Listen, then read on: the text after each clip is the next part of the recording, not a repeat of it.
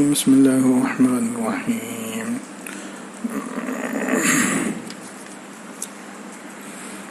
الف لام را تلك آیات الكتاب المبین إنا أنزلناه قرآنا عربيا لعلكم تعقلون نحن نقص عليك أحسن القصص بما أوحينا إليك هذا القرآن وإن كنت من قبله لمن الغافلين إذ قال يوسف لأبيه يا أبت إني رأيت 11 كوكبا والشمس والقمر رأيتهم لي ساجدين قال يا بني لا تقصص رؤياك على إخوتك فيكيدوا لك كيدا إن الشيطان للإنسان عدو مبين. آج کا درس سورہ یوسف سے شروع ہو رہا ہے.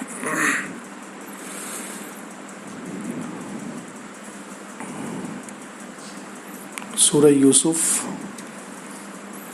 مکہ مکرمہ میں نازل ہوئی.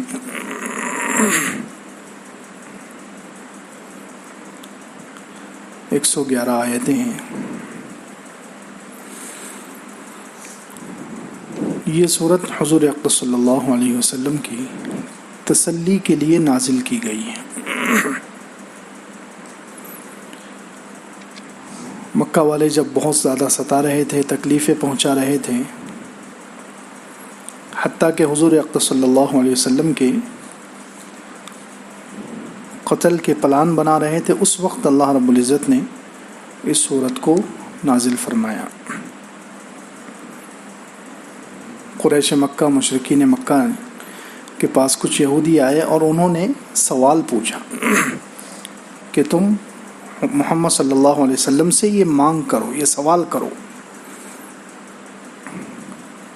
کیونکہ مشرکین بھی حضور اقدس صلی اللہ علیہ وسلم کو آزمانے کے لیے یا نعوذ باللہ نیچا دکھانے کے لیے حرکتیں کرتے رہتے تھے، عجیب قسم کے سوالات، اور یہودی ان کا ساتھ دیتے تھے. یہودی مشرکین مکہ کا ساتھ دیتے تھے. تو اب یہودیوں نے اپنے خیال کے مطابق، اپنے زعم کے مطابق انہوں نے سوچا کہ ایسا سوال کیا جائے کہ محمد صلی اللہ علیہ وسلم نعوذ باللہ اس کا جواب ہی نہ دے سکے.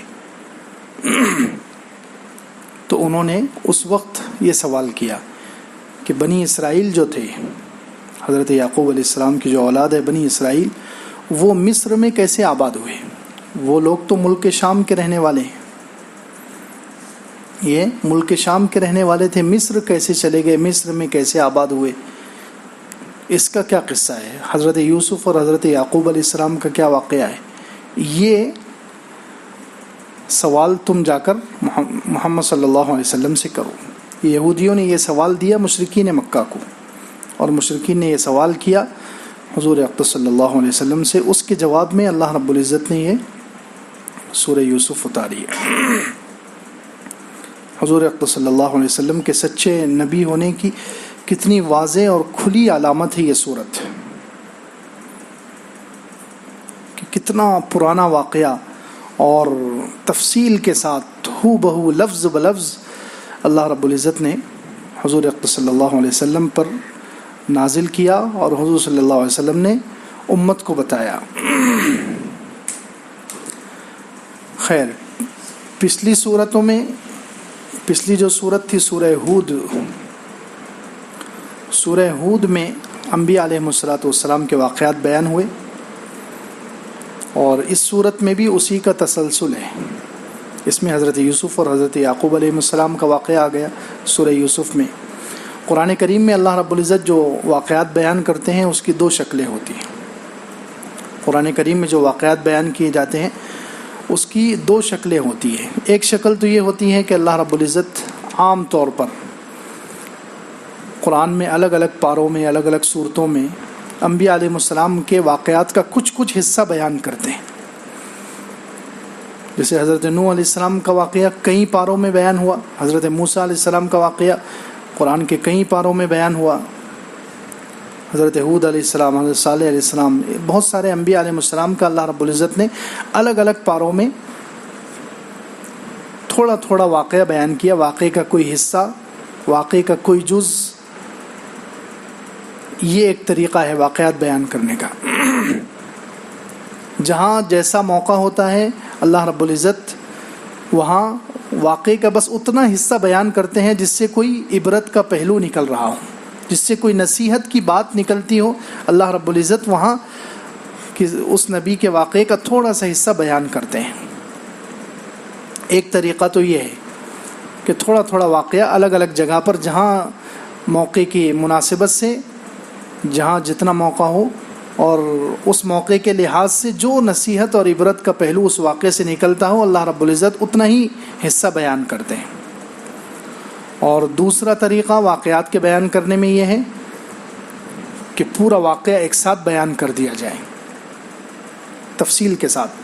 یہ صرف چند واقعات ہیں جو اللہ رب العزت نے بیان کیے. ایک یہ حضرت یوسف علیہ السلام کا واقعہ ہے، اصحاب کہف کا واقعہ ہے، ذوالقرنین کا واقعہ ہے، کہ اللہ رب العزت نے ان کو تفصیل کے ساتھ بیان کیا ہے. کیونکہ قرآن جو ہے تاریخ کی کتاب نہیں ہے، واقعات کی کتاب نہیں ہے.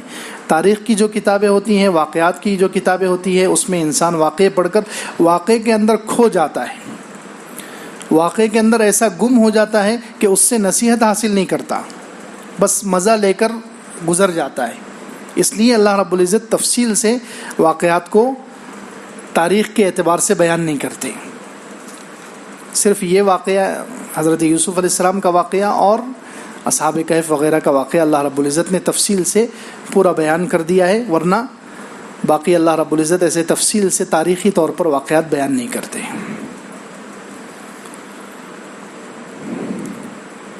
سورہ یوسف بھی شروع ہو رہی ہے حروف مقطعات سے، الف لام را. حروف مقطعات کہتے ہیں ان حروف کو جن کو الگ الگ کر کے، جن کو ٹکڑے کر کے پڑھا جاتا ہے. الف لام را، اس کے معنی اللہ رب العزت ہی بہتر جانتے ہیں. اکثر مفسرین، جمہور مفسرین اس کا ترجمہ کرتے ہیں واللہ اعلم بمرادہ، اس کی مراد اللہ تعالیٰ ہی کو معلوم ہے. یہ عام طور پر سورتوں کے شروع میں اللہ رب العزت نے کیوں رکھا ہے، اس کی کچھ حکمتیں علماء نے، مفسرین نے بیان کی ہیں. پہلی حکمت تو اس کی یہ بیان کی گئی ہے کہ یہ حروف مقطعات اللہ رب العزت نے شروع میں امتحان کے لیے رکھے ہیں. بہت ساری صورتوں کے شروع میں یہ حروف مقطعات رکھے، الف لام میم، الف لام را، حامیم قاف، حامیم عین سین قاف، کاف ہا یا عین صاد، طٰہٰ. یہ حروف اللہ رب العزت نے بہت ساری صورتوں کے شروع میں رکھے ہیں. یہ ایک تو امتحان کے لیے رکھے ہیں. کچھ مفسرین کہتے ہیں یہ آزمائش کے لیے ہے. کیا آزمائش ہے اس میں؟ کہ اللہ رب العزت یہ دیکھنا چاہتے ہیں کہ میرے بندے میری بات صرف اس وقت مانتے ہیں جب ان کے سمجھ میں آئے، یا ہمیشہ مانتے ہیں، سمجھ میں آئے یا نہ آئے، ہر حال میں. یہ آزمائش ہے. اب یہ الف لام را کا مطلب سمجھ میں نہیں آ رہا ہے، الف لام میم کا معنی معلوم نہیں ہے، سمجھ میں نہیں آ رہا ہے، تو پھر بھی انسان اس کو اللہ کی طرف سے سمجھے، اللہ کا کلام سمجھے، اللہ کے کلام کا حصہ سمجھے. تو یہ آزمائش ہے کہ انسان ہر حال میں اللہ کی بات مانتا ہے یا نہیں. کیا صرف عقل میں آئے اسی وقت مانے گا؟ یہ آزمائش. اس آزمائش کے لیے اللہ رب العزت نے یہ حروف مقطعات کو رکھا ہے. یا بعض مفسرین کہتے ہیں کہ یہ حروف مقطعات رکھے گئے ہیں عربوں کو چیلنج دینے کے لیے. عرب جو تھے وہ بہت علم کا دعویٰ کرتے تھے، زبان کے جاننے کا دعویٰ کرتے تھے، اپنے عقل مند ہونے کا دعویٰ کرتے تھے. تو ان کو چیلنج دینے کے لیے اللہ رب العزت نے یہ صورتوں کو شروع میں حروف مقطعات رکھے ہیں کہ دیکھو یہ الف لام را، الف لام میم، یہ وہی حروف ہیں جو تمہاری زبان میں ہے. تم بھی ان حروف سے جملے بنا بنا کر زندگی پر بولتے رہتے ہو. اگر تمہارے اندر طاقت ہے تو تم بھی ایسا کلام بنا کر دکھا دو. یہی حروف ہے، تمہاری زبان کی یہ حروف ہیں. تم بھی ایسی ترتیب دے کر بتاؤ. لیکن آج تک کوئی ترتیب نہیں دے سکا. بڑے بڑے عربی زبان کے جاننے والے عربی کے ماہرین آئے، لیکن کوئی بھی، جیسے اللہ رب العزت نے صرف یہ حروف مقطعات کو جو جوڑا ہے اور اس کو پڑھنے میں جو لہر نکلتی ہے، کاف ہا یا عین صاد اور الف لام را الف لام میں، اس کو پڑھتے وقت جو انسان کی طرز نکلتی ہے، جو لہر نکلتی ہے، کوئی بھی آج ایسے حرف ترتیب نہیں دے سکا آج تک، اور نہ قیامت تک کوئی دے سکے گا۔ تو یہ عربوں کو چیلنج دینے کے لیے، یا بعض مفسرین کہتے ہیں کہ یہ حروف مقطعات اس لیے رکھے گئے، یہ متکبرین کا تکبر توڑنے کے لیے، جو لوگ کہتے ہیں کہ ہم بہت جاننے والے، ہم بہت بڑے علامہ ہیں، بہت بڑے عالم ہیں، ان کا تکبر ٹوٹ جائے ان حروف کے آگے، کہ دیکھو سورتوں کے شروع میں یہ حروف آئے ہیں اور ان کا ہی مطلب تمہیں نہیں معلوم۔ تو پہلے اپنی بے بسی کا، اپنی عاجزی کا، اپنی کم علمی کا اقرار کرو، پھر آگے بڑھو۔ سورہ بقرہ میں الف لام میم، اور کتنی صورتوں کے شروع میں حروف مقطعات، تو ان حروف مقطعات پر پہلے اپنی کم علمی کا اقرار کرو۔ الف لام را، اس کا معنی اللہ ہی جانتا، ہم نہیں جانتے، تو پہلے اپنی کم علمی کا اقرار کرو اور پھر آگے بڑھو۔ فرمایا الف لام را تلک آیات الکتاب المبین، یہ آیتیں ہیں کھلی کتاب کی۔ آیات قرآن میں مختلف معنی میں اللہ رب العزت نے آیت کو استعمال کیا ہے۔ آیات آیت کی جمع ہے، اور آیت عبرت کے معنی میں بھی قرآن میں استعمال ہوا، معجزے کے معنی میں بھی استعمال ہوا، نشانی کے معنی میں بھی استعمال ہوا، اور قرآن کے معنی میں بھی استعمال ہوا۔ آیتیں، نشانیاں، دو قسم کی آیتیں ہیں، یا بعض لوگوں نے اسی کو 4 قسم کی آیتوں میں تبدیل کیا۔ بعض مفسرین کہتے ہیں کہ دنیا میں جو اللہ رب العزت کی قدرت کی نشانیاں ہیں، آیات ہیں، وہ 4 قسم کی ہیں: آیات کونیہ، آیات تکوینیہ، آیات اعجازیہ اور آیات قرآنیہ۔ آیات کونیہ یہ سورج ہے، چاند ہے، زمین ہے، آسمان ہے، پہاڑ ہے، یہ ہے آیات کونیہ، کہ ان کو دیکھ کر انسان اللہ رب العزت کو پہچانے، اللہ کی قدرت کو پہچانے، اللہ کی توحید کا اقرار کرے، یہ آیات کونیہ۔ اسی طرح آیات تکوینیہ، مخلوق کے متعلق اللہ کے جو فیصلے ہیں، مخلوق کو اللہ تعالیٰ پیدا کرتے ہیں، زندگی دیتے ہیں، موت دیتے ہیں، انسانوں میں بھی خاص طور سے انسانوں کو عزت ملتی ہے، ذلت ملتی ہے، کسی کی روزی بڑھ جاتی ہے، کسی کی گھٹ جاتی ہے، کوئی آج مالدار ہے تو کل فقیر ہو جائے گا، آج فقیر ہے تو کل مالدار ہو جائے گا۔ یہ جو اللہ تعالیٰ کے فیصلے ہیں، جو انسان کھلی آنکھوں سے دیکھتا ہے دنیا میں، یہ تبدیلیاں، تو یہ آیات تکوینیہ، یہ بھی اللہ کی قدرت کی نشانی ہے۔ یہ بھی نشانی ہے کہ کوئی ہے موجود جو یہ نظام چلا رہا ہے، کوئی اللہ ہے جو یہ دنیا کا نظام چلا رہا ہے۔ تو یہ دوسری قسم کی آیتیں، آیات کونیہ، آیات تکوینیہ۔ تیسرے آیات اعجازیہ، کبھی کبھی اللہ رب العزت اپنی قدرت کا ایسا اظہار کر دیتے ہیں، معجزہ، اپنی قدرت اور اپنا کرشمہ کچھ ایسا ظاہر کر دیتے ہیں کہ انسان کی ساری طاقتیں وہاں فیل ہو جاتی ہیں، انسان بے بس ہو جاتا ہے، انسان سارے وسائل اور اسباب رکھتے ہوئے بھی مجبور ہو جاتا ہے۔ جیسے فرعون کو اللہ رب العزت نے بادشاہت کے باوجود بھی کتنا مجبور کر دیا کہ اس کے کھانے میں کبھی خون بن رہا ہے اس کا، کبھی اس میں جوئیں پڑ رہی ہے۔ یہ اللہ کے اعجازی نشانیاں ہیں۔ کبھی کبھی اللہ رب العزت اپنی قدرت کی ایسی معجزانہ شان ظاہر کرتے ہیں کہ انسان بادشاہ ہو کر بھی بے بس ہو جاتا ہے، ساری چیزیں اس کے خلاف ہو جاتی ہیں۔ یہ آیت اعجازیہ۔ اسی طرح آیات قرآنیہ، یعنی اللہ تعالیٰ کی طرف سے جو کتابیں اترتی ہے، قرآن اترتا ہے، وہ بھی آیتیں ہیں۔ تو یہاں پر آیات سے قرآنی آیات مراد ہے۔ تلک آیات الکتاب المبین، کھلی ہوئی کتاب کی آیتیں ہیں، یہ کھلی ہوئی کتاب کی آیتیں ہیں۔ اللہ رب العزت نے جو قرآن نازل کیا، بالکل کھول کھول کر اس میں انسانوں کو سمجھایا ہے، حلال اور حرام، زندگی گزارنے کے اچھے طریقے، کامیابی کے طریقے، جنت میں جانے کے راستے، اور وہ راستے جو جہنم تک لے کر جاتے ہیں، اللہ کی رضا کے راستے، اللہ کی ناراضگی، کھول کھول کر اللہ رب العزت نے بیان کیا ہے۔ کتنے شاندار اور کتنے پیارے انداز سے سمجھانے کے 2 طریقے ہوتے ہیں۔ مفسرین کہتے ہیں سمجھانے کے کتنے طریقے ہیں؟ 2 طریقے ہیں۔ ایک تو ہے ضابطہ، ایک ہے رابطہ۔ ضابطہ تو یہ ہے کہ کسی کو ایک مرتبہ سمجھا دو، قانون بتا دو، راستہ بتا دو، پھر چھوڑ دو اس کو. یہ ہے ضابطہ، اصول، قانون. دوسرا ہے رابطہ، جس سے تعلق ہوتا ہے، تو وہ تعلق والا جب اس کو سمجھائے گا تو وہ ایک چیز کو بار بار کہے گا. جیسے ماں باپ بچے کو سمجھاتے ہیں، بچے کو کسی چیز سے آگاہ کرتے ہیں، کسی چیز سے بچانا چاہتے ہیں. بچہ سفر میں جا رہا ہو، بچہ بڑا ہے، حالانکہ بالغ ہے اور پڑھا لکھا ہے، عقل مند ہے، لیکن ماں باپ کتنی مرتبہ کہیں گے بیٹا سنبھل کر جانا، بیٹا ایک طرف سے چلنا، بیٹا سامان کی حفاظت کرنا، بیٹا اپنی حفاظت کرنا.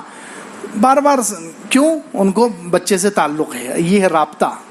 تو اللہ رب العزت کو بھی بندوں سے تعلق ہے، محبت ہے.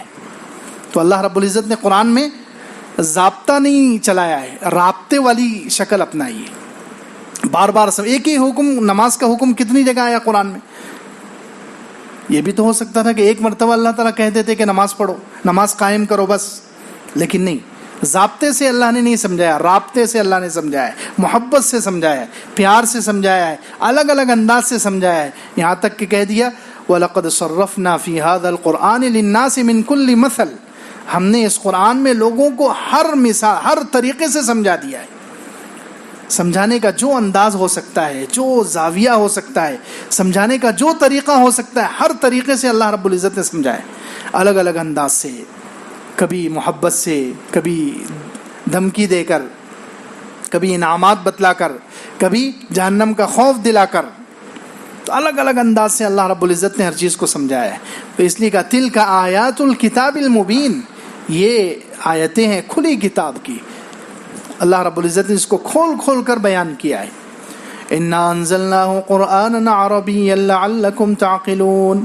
ہم نے اس قرآن کو نازل کیا، عربی زبان میں ہے، لعلکم تعقلون، تاکہ تم سمجھ سکو. ہم نے نازل کیا قرآن کو قرآن کہا جاتا ہے ایک تو اس وجہ سے کہ وہ قرآن کا ایک معنی یہ آتا ہے کہ زیادہ پڑھی جانے والی کتاب. تو قرآن سب سے زیادہ پڑھی جانے والی کتاب ہے. قرآن سب سے زیادہ پڑھی جانے والی کتاب ہے. کتنے لوگ روزانہ دنیا میں کتنے لاکھوں قرآن ختم ہوتے ہوں گے. لاکھوں اللہ کے بندے ہیں، سچے مسلمان ہیں، جن کا معمول ہے قرآن پڑھنے کا. تو روزانہ کتنے لاکھوں لوگوں کا قرآن ختم ہوتا ہوگا، ہفتے میں، مہینے میں، رمضان میں. وہ سب سے زیادہ پڑھی جانے والی کتاب. اور کتنے تو اللہ کے بندے ایسے ہوں گے جن کا روزانہ کا معمول 10 پارے پڑھنا، 15 پارے پڑھنا. بہت سارے لوگ اللہ کے ولی ایسے ہوتے ہیں. تو قرآن کو قرآن اس لیے کہا جاتا ہے کہ وہ سب سے زیادہ پڑھی جانے والی کتاب ہے. دوسرے، قرآن کو قرآن اس وجہ سے بھی کہا جاتا ہے کہ قرآن کا ایک معنی جمع کرنا. قرآن کا ایک معنی ہے جمع کرنا. تو قرآن میں سارے علوم، پچھلی اللہ نے جتنی کتابیں اتاری ہیں، پچھلی اللہ تعالیٰ نے جتنی کتابیں اتاری ہیں، ان میں جو جو تھا وہ سب اللہ نے قرآن میں جمع کر دیا ہے. وہ سب اللہ نے قرآن میں جمع کر دیا ہے، اس لیے قرآن کو قرآن کہا جاتا ہے. تیسری بات، بعض مفسرین کہتے ہیں کہ قرآن کا معنی ملانے کے بھی ہے. قرآن کا ایک معنی ملانے کے ہے، قرانہ سے. تو اب قرآن یہ کتاب انسان کو اللہ سے ملاتی ہے. یہ کتاب انسان کو اللہ سے ملاتی ہے، اپنے خالق سے ملاتی ہے، اس لیے اس کو قرآن کہا جاتا ہے. ہم نے اس قرآن کو اتارا. قرآن کے بارے میں اللہ رب العزت نے قرآن میں ہی کئی وعدے کیے. پہلا وعدہ کیا حضور اقدس صلی اللہ علیہ وسلم سے، سنقرئک فلا تنسیٰ، ہم آپ کو پڑھائیں گے پھر آپ اس کو نہیں بھولیں گے. دوسرا وعدہ کیا ان علینا جمعہ و قرآنہ. شروع میں جب قرآن اترتا تھا تو حضور اقدس صلی اللہ علیہ وسلم جلدی جلدی دہراتے تھے. حضرت جبرائیل علیہ السلام جیسے ہی قرآن لے کر آئے تو حضور اقدس صلی اللہ علیہ وسلم کیا کرتے تھے؟ جلدی جلدی دہراتے تھے، اس ڈر سے کہ کہیں میں بھول نہ جاؤں. اس ڈر سے کہ حضرت جبرائیل علیہ السلام چلے جائیں گے، کہیں میں بھول نہ جاؤں، تو بار بار دہراتے تھے. تو اللہ رب العزت نے فرمایا لا تحرک به لسانک لتعجل به ان علینا جمعہ وقرآنہ. آپ اپنی زبان کو جلدی جلدی حرکت مت دیجیے، ہمارے ذمے ہے قرآن کو آپ کے سینے میں جمع کرنا اور آپ کی زبان مبارک سے پڑھوانا. آپ کے سینے میں جمع کرنا، محفوظ کرنا اور آپ سے پڑھوانا، یہ ہمارے ذمے ہے. یہ قرآن کے بارے میں دوسرا وعدہ. تیسرا وعدہ آئندہ قیامت تک کی حفاظت کی ذمہ داری بھی اللہ نے لے لی ہے قرآن کی. انا نحن نزلنا الذکر وانا لہ لحافظون. یہ قرآن کے بارے میں تیسرا وعدہ. اور قرآن کے بارے میں چوتھا وعدہ اللہ تعالیٰ کا کہ ہمیشہ دنیا میں ایسی جماعت موجود رہے گی جن کے سینوں میں قرآن ہوگا. 21ویں پارے میں بل هو آیات بینات فی صدور الذین اوتوا العلم. بلکہ یہ آیتیں ہیں، کھلی ہوئی آیتیں ہیں، کن کے سینوں میں؟ اولو العلم، اہل علم کے سینوں میں. یعنی قیامت تک ایسے علم والے موجود رہیں گے جن کے سینوں میں قرآن محفوظ رہے گا. تو یہ قرآن کے بارے میں اللہ رب العزت نے 4 وعدے اپنے پاک کلام میں کیے. تو فرمایا انا انزلناہ قرآنا، ہم نے قرآن کو اتارا ہے عربین، عربی میں ہے. کیونکہ عربی زبان جو ہے دنیا میں سب سے زیادہ بہترین زبان، زندہ زبان ہے. دوسری جتنی بھی کتابیں ہیں، دوسرے جتنے مذہب والے جو یہ سمجھتے ہیں کہ ہمارا مذہب آسمانی ہے، ان کی جتنی بھی کتابیں ہیں وہ سب ایسی زبانوں میں ہیں کہ وہ زبانیں آج دنیا میں رائج نہیں ہیں، دنیا میں بولی نہیں جاتی. تورات ہے، انجیل ہے، زبور ہے، وہ جس زبان میں اللہ تعالیٰ نے اتاری تھی تو وہ زبان آج دنیا میں کہیں بولی جاتی ہے نہیں. وہ زبان صرف ان کے اس میں ہی کتاب میں ہی رہ گئی. بس وہ دنیا کے کسی خطے میں، کسی علاقے میں، کسی ملک میں رائج نہیں ہے، بولی نہیں جاتی ہے. ہندوستان کے جو ہندوؤں کے پاس جو کتاب ہے وید، ان کی وہ جس زبان میں ہے وہ زبان بھی ہندوستان میں نہیں بولی جاتی. وہ صرف چند لوگوں کو آتی ہے، سادھوؤں کو، ان کے جو علماء پنڈت ہوں گے ان کو آتی ہے بس. وہ باقی وہ عام زبان نہیں ہے کہ عام لوگ اس کو بول سکیں، سمجھ سکیں. لیکن عربی زبان ایسی ہے جو قرآن جب سے نازل ہوا، جب سے لے کر آج تک 10-20 ملک میں بولی جاتی ہے، سمجھی جاتی ہے، عام لوگ بھی اس کو سمجھتے ہیں. تو زندہ زبان ہے اور اس کی بہت ساری خصوصیتیں علماء نے لکھی ہیں. تو اللہ تعالیٰ نے فرمایا ہم نے قرآن کو نازل کیا عربی زبان میں لعلکم تعقلون، تاکہ تم سمجھو. یہ اصل میں صحابہ کرام اور اس زمانے کے جو عرب ہیں ان کو خطاب ہو رہا ہے. لیکن یاد رکھ کے بہت سارے لوگ ان آیتوں کی وجہ سے دھوکہ کھاتے بھی ہیں، لوگوں کو دھوکہ دیتے بھی ہیں کہ قرآن صرف عربوں کے لیے اترا ہے. قرآن صرف عربوں کے لیے اترا ہے، ساری دنیا کے لیے نہیں. حضور پاک محمد صلی اللہ علیہ وسلم صرف عربوں کے نبی ہیں، ساری دنیا کے نہیں. یہ لوگ دھوکہ دیتے ہیں، حالانکہ ایسی بات نہیں ہے. سورہ جمعہ میں، سورہ جمعہ 28ویں پارے میں ہے، اس میں اللہ رب العزت نے حضور اقدس صلی اللہ علیہ وسلم کے بارے میں کہا کہ حضور صلی اللہ علیہ وسلم کو بھیجا تو پوری دنیا کے لیے گیا ہے، بھیجا تو پورے عالم کے لیے گیا ہے، قیامت تک کے لیے بھیجا گیا ہے. لیکن کام کی جو ذمہ داری ہے وہ اللہ تعالیٰ نے تقسیم کی ہے. اللہ کا پیغام پہنچانے کی جو ذمہ داری ہے وہ اللہ نے تقسیم کی ہے کہ حضور اقدس صلی اللہ علیہ وسلم کی ذمہ داری صحابہ کرام اور عربوں کو سمجھانے کی، اور ان صحابہ کرام اور عربوں کی ذمہ داری پورے عالم کو سمجھانے کی. یہ 2 حصوں میں اللہ رب العزت نے سورہ جمعہ میں بیان کیا. حضور صلی اللہ علیہ وسلم مبعوث ہے ڈائریکٹ امیین کی طرف. هو الذی بعث فی الامیین رسولا، کہ حضور صلی اللہ علیہ وسلم کو اللہ رب العزت نے بھیجا، مبعوث کیا ہے امیین، عربوں کی طرف. اور عربوں کو آگے کہا وآخرین منہم لما یلحقوا بہم، کہ عربوں کا کام، صحابہ کرام کا کام تھا کہ وہ پوری دنیا میں پھیل جائیں اور پوری دنیا تک اللہ کا پیغام، قرآن اور یہ دین اسلام پہنچا دیں. تو قرآن صرف عربوں کے لیے نہیں ہے، یہ دین صرف عربوں کے لیے نہیں ہے. قرآن میں ہی کئی جگہ ہے کہ یہ حضور اقدس صلی اللہ علیہ وسلم سارے عالم کے لیے ہے، قرآن بھی سارے عالم کے لیے ہے.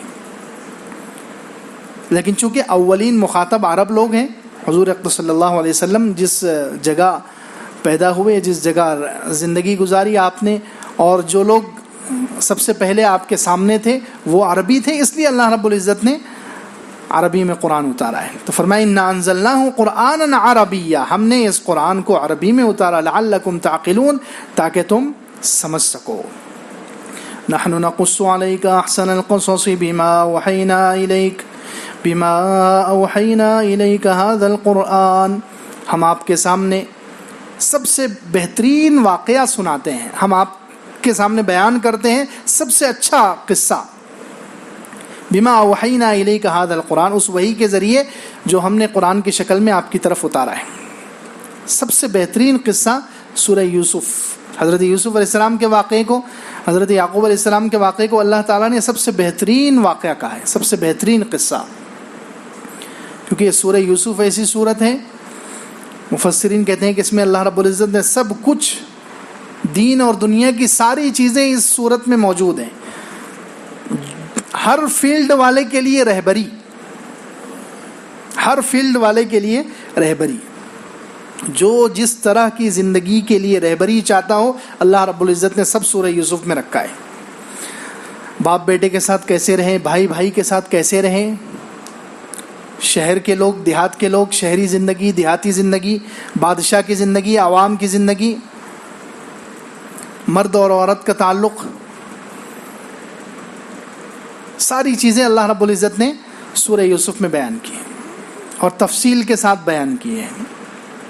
آخری جو آیت آئے گی سورہ یوسف میں، اس میں اللہ رب العزت نے خود کہا کہ ہم نے تفصیل کل شیء، ہر چیز کی تفصیل، سب کچھ اللہ رب العزت نے اس سورہ میں بیان کیا، اس لیے اس کو احسن القصص کہا گیا۔ تو فرمایا نحن نقص علیک احسن القصص، ہم آپ کے سامنے سب سے بہترین قصہ بیان کرتے ہیں اس وحی کے ذریعے جو ہم نے آپ کی طرف اتاری ہے قرآن کی شکل میں۔ بما وحینا الیک ھذا القرآن وان کنت من قبلہ لمن الغافلین، اس سے پہلے آپ بے خبر تھے۔ یہ حضور اقدس صلی اللہ علیہ وسلم کے نبوت کی علامت ہے کہ یہ واقعہ حضرت یوسف علیہ السلام اور حضرت یعقوب علیہ السلام کا ہزاروں سال پہلے پیش آیا، ہزاروں سال پہلے پیش آیا۔ جو یہودی یہ سوال لے کر آئے ان کو بھی اتنا تفصیل سے یہ واقعہ نہیں معلوم، اور مشرکین کو تو بالکل ہی نہیں معلوم، مشرکین مکہ جو تھے ان کو تو بالکل ہی نہیں معلوم تھا، اور یہودی جو تھے ان کے پاس بھی واقعہ تھا لیکن بہت کم حصے تھے اس کے، اتنا تفصیل سے اور ایک ایک جز اس کا اور صحیح واقعہ یہودیوں کو بھی نہیں معلوم تھا۔ تو اب اللہ کے رسول صلی اللہ علیہ وسلم بے خبر تھے، حضور کو اس واقعے سے کس نے خبردار کر دیا؟ اللہ نے۔ تو گویا یہ واقعہ علامت ہے حضور اقدس صلی اللہ علیہ وسلم کے سچا نبی ہونے کی، کہ آپ صلی اللہ علیہ وسلم نے نہ کسی سے علم حاصل کیا، نہ کسی کالج میں گئے، یونیورسٹی میں گئے، نہ کسی استاذ کے سامنے بیٹھے، لیکن یہ ہزاروں سال پہلے کا واقعہ ہو بہو بہترین انداز سے تفصیل کے ساتھ بیان کر رہے ہیں۔ تو ظاہر سی بات ہے آپ کو کس نے بتایا؟ اللہ نے بتایا۔ آپ اللہ کے سچے پیغمبر ہیں، آپ کو وحی کے ذریعے ہی بتلایا گیا، اللہ ہی بتلا سکتا ہے، اللہ کے علاوہ کوئی بھی نہیں بتلا سکتا۔ اس لیے وَإِن كُنْتَ مِن قَبْلِهِ لَمِنَ الْغَافِلِينَ، آپ اس سے پہلے اس واقعے سے بے خبر تھے، آپ کو واقعہ نہیں معلوم تھا، اللہ رب العزت نے خبردار کر دیا، گویا بتلا دیا کہ آپ اللہ کے سچے نبی ہیں۔ اس کے بعد انشاءاللہ